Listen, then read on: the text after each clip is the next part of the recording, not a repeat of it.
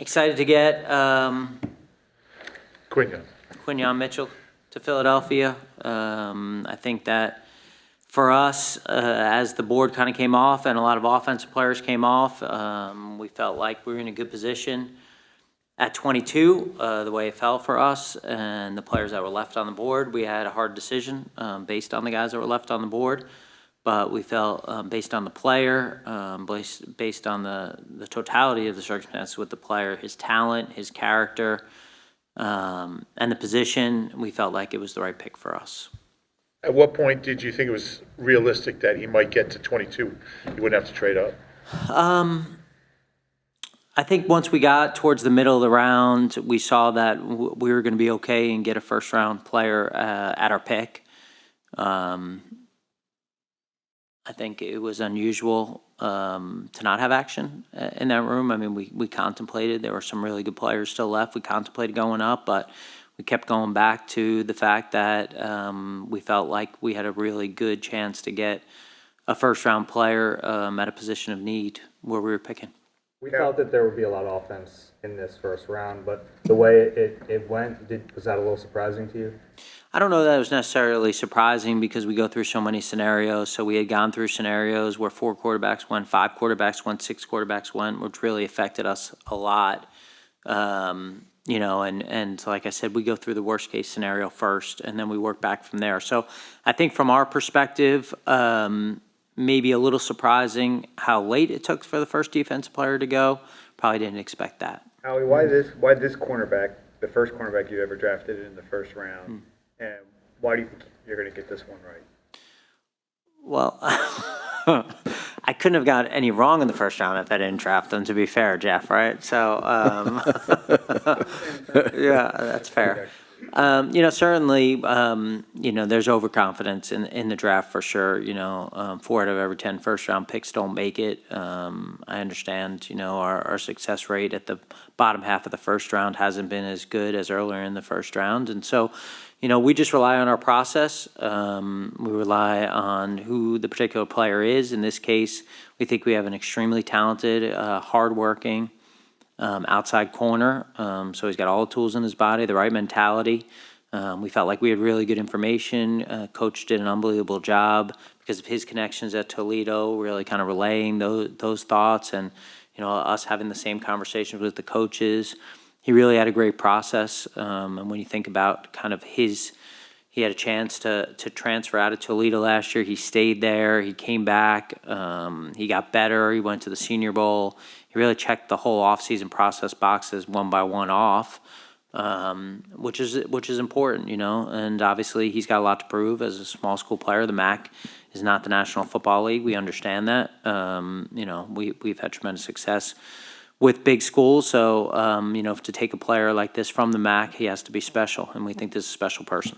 How valuable were those connections in the building for you, and what kind of things did you learn about? Yeah, sure. I mean, yeah, you get the information on guys. You know, Howie and his staff do. You know, they have all these connections everywhere. They get the great information on guys. You know, just was able to get, you know, some of the information there. Obviously, with my ties there. You know, and really, I guess at the end of the day, with how good of a player he was, the thing that always kept coming up is how good of a person, how good of a teammate, how hard of a worker, how competitive, and those are things you want to hear. Howie, what was it that kind of made you, I know you don't draft necessarily for need, but felt the need to take a cornerback in the first round? Well, I think you hit it. We didn't feel like we had to take a corner in the first round, but it was the highest ranked player on our board at a position that you know, we'd like to kind of get some younger players here. We got some younger players last year. We like those younger players.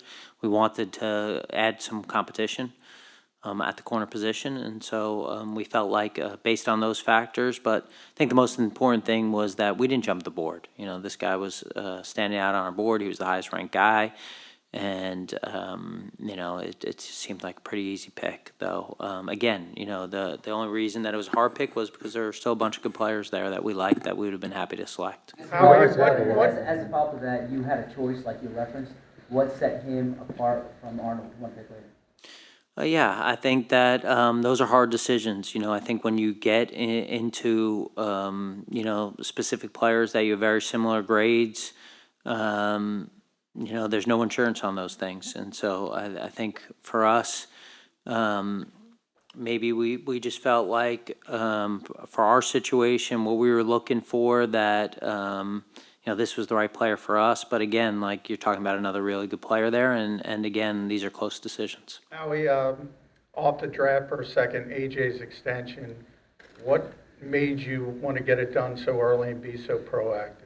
Yeah, that's the word. We try to be proactive to try to keep this team together. That starts with Jeffrey and his support, like we talked about in our pre-draft press conference, and just talking about the benefits of trying to keep it together as much as we possibly can. And the only way we could possibly do that is by doing deals early. And, we felt like it was an opportunity to do that here. With AJ, obviously we've done a bunch of deals with a bunch of our players, and we want to add to that, and we want to try to keep this team together as much as we possibly can. We couldn't do that without his support and allowing us to do that, and we felt like the earlier we did that would be better for us and him, and him knowing that he was going to be here, and he's a great player and captain of this team. I think I saw someone show me a stat when we were doing some research on this. I think he's number 2 in receiving yards in the first 5 years of his career in NFL history. I mean, what's that? 9. He's number 9? He's not number 2 in the first 5 years? No, he's behind like Moss, Rice. It's a pretty good company, but he's 9. I just looked it up. All right, Rube, stop talking. Let me roll. The nine's good, not as good as 2. Anyway, he's had a phenomenal start to his career. He's still young, and be able to keep that core group of offensive players, and hopefully kind of continue to add to it. Captain Mitchell, he played a lot of off coverage in college, but a lot of the NFL plays that way a little bit without the zones and the Fangio zones. The scheme play factor into this, and Hey, Vic, did you hear? You have your own zone. Everyone's looking for it. well, he does a lot of the those. Yeah.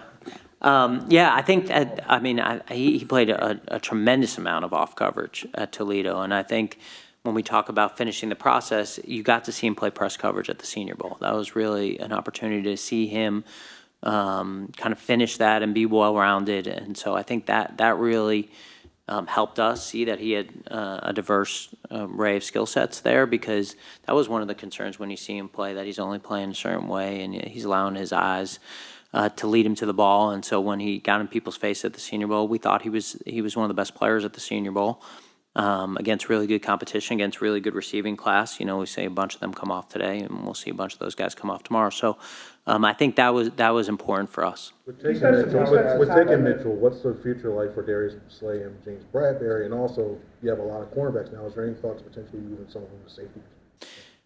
Yeah, I think that, obviously we've talked about both those guys, Slay coming off a Pro Bowl year, and James working to get back to how he was 2 years ago. And I think when you talk about corners, O-line and D-line, you can never have enough of those guys. I mean, it's just throughout the course of the season, having guys who can cover people so important. And obviously we've been in a position over the past few years where we haven't had enough of those guys, and whether that's through injury or just kind of, not running out of guys towards the end of the season. So I don't think I think that's a good problem to have. I think that's what competition, that it shows its way through.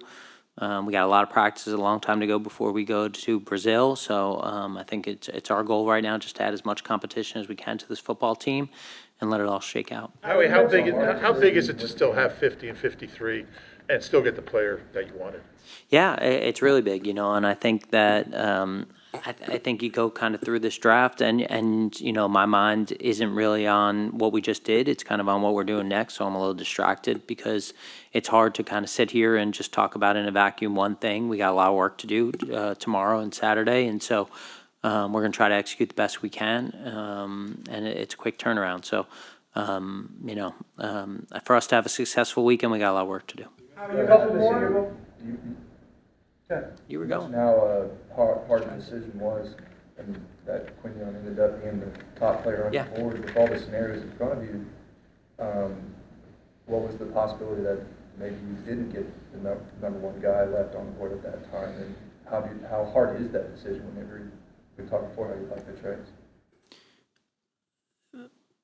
I'm confused. So what was the question? You mentioned how Ken Yeah. Young was the highest player left on your board. Right. With what's ahead of you, how hard is that decision when you may not have him there if he gets picked before you? You're saying to wait for him? Is that what you're at? You're saying, was it hard to wait and make sure you got him? Is that what you're asking? Yeah. Well, it's not normally in my nature to do that, so I understand that. I think that the only reason that we felt comfortable was because the scenarios played out in a way that we were comfortable we were going to get a really good player at that pick, just based on how the board was going. The way we do it is, if we're at pick 15, we got to have as many players that we like. When they start to fall off and we get in a spot where we don't have as many players as our pick, we start looking to move up. So if we're at 15 and we only have 3 players left that have first round grades, it's a concern, so you try to move up. When you're there, and Rube, why don't you do the math for me? How many players do we have to go before 15? 15, 16, 17, 18, 19, 20, 21. 8th player. We get the 8th player, right? We get the 8th player. So when we're there and we see we have 8 players, and then 16 at 7, and so on, then we know we have a preference on that. But if they're all having the same grades, then we feel good sitting. So I think for us, it's like as long as we're in the same tier of grade in that round, so we're sitting there and we still have a first round grade on 7 guys or 8 guys at that point, we feel comfortable sitting. If we get to a low number, then we try to move up. If we get over that number, we move back. And I think those are the other options there is, do you move back at that spot, and pass on a guy that you feel really good at, but maybe you get good value. And I think those are some of the discussions that we have. I think that based on the experience that I've had is that sometimes you try to get too cute, and we can't afford to get too cute. We're trying to build, the best possible team. I really did not. I was trying to answer your question.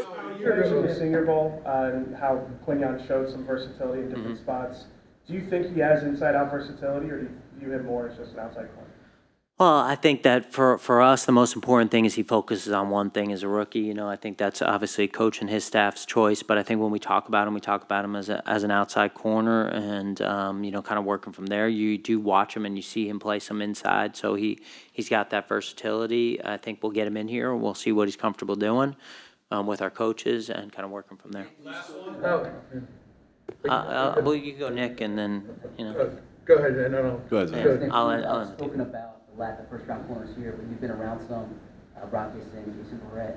What's your sense of the adjustment, the learning curve for rookie corners drafted that high?